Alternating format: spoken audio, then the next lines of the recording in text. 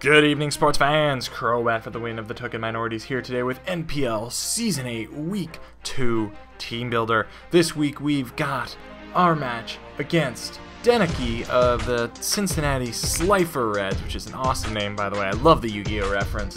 So yeah, this is my Team Builder. The game will be I think it's going to be this Saturday, I think.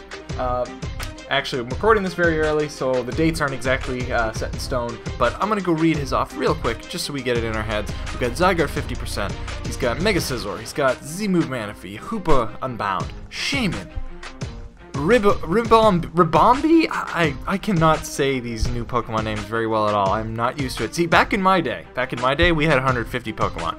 Anyway, Rotom Heat, Miltank, Frostlass, Kabutops, and Girder, which is a pretty solid team if I do say so myself. Z-Move Manaphy is going to be the bane of my existence. If he has Z-Move Rain Dance, that would just be the worst, okay? I've had a couple of mocks with this team already, and I've had to adjust it a lot. But let's just say this was not my first draft. I've gone through a couple revisions after some mocks, and Z-Move Manaphy is the thing I am scared about most. So I have to make sure I can try to beat that if I can. But beyond that, his team is pretty reasonable. I think we have a solid matchup. I really firmly believe it. I think this is a game we could definitely win. Last week was a tougher matchup. This week I think is a little bit better in our favor.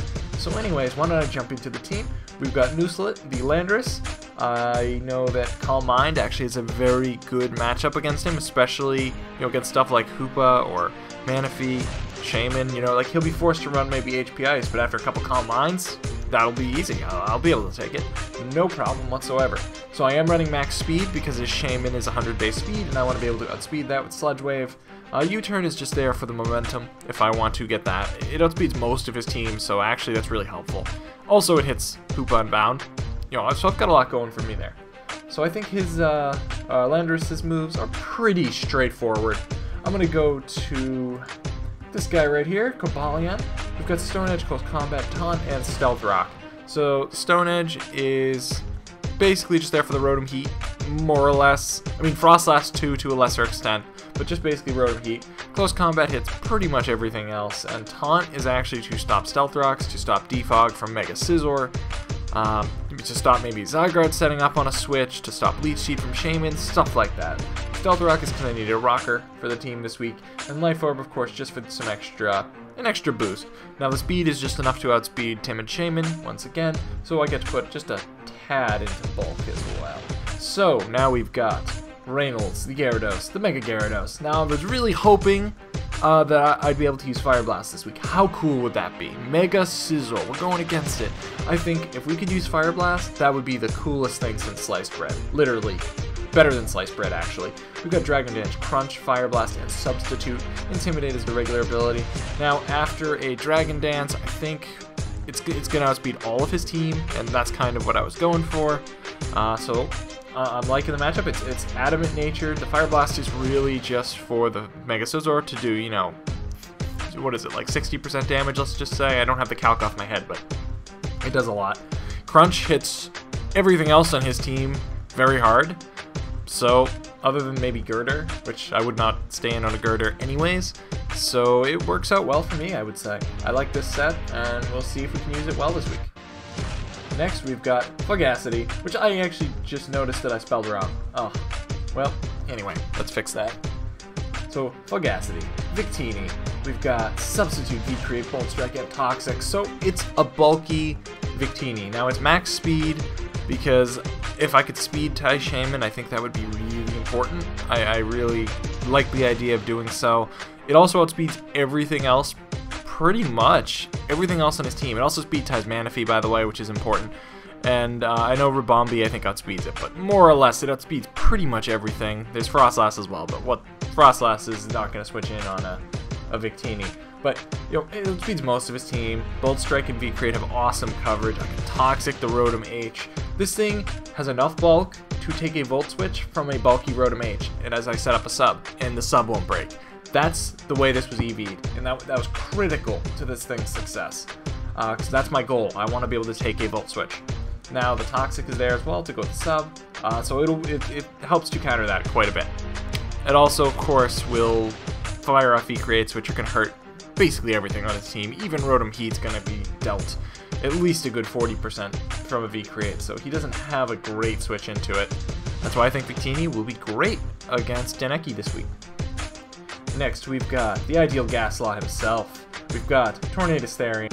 So we've got Defog, because I really need Defog. I learned that last week.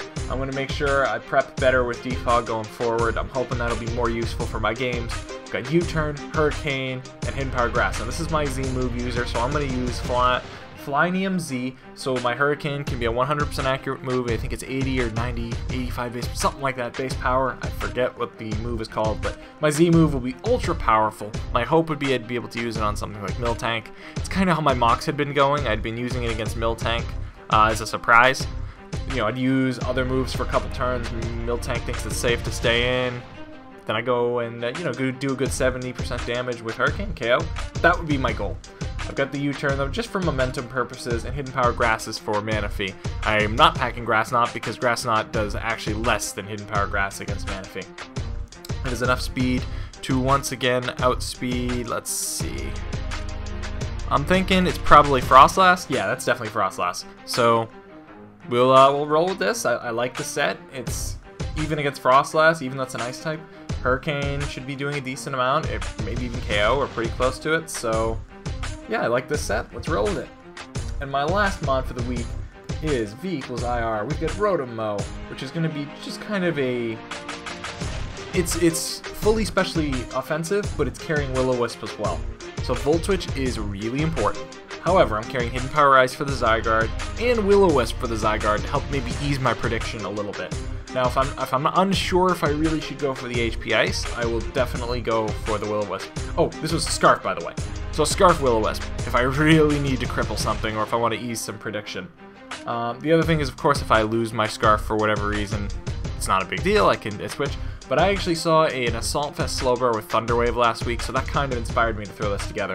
Choice, Scarf, Will-O-Wisp. That could be the difference between me winning and losing the game, seriously.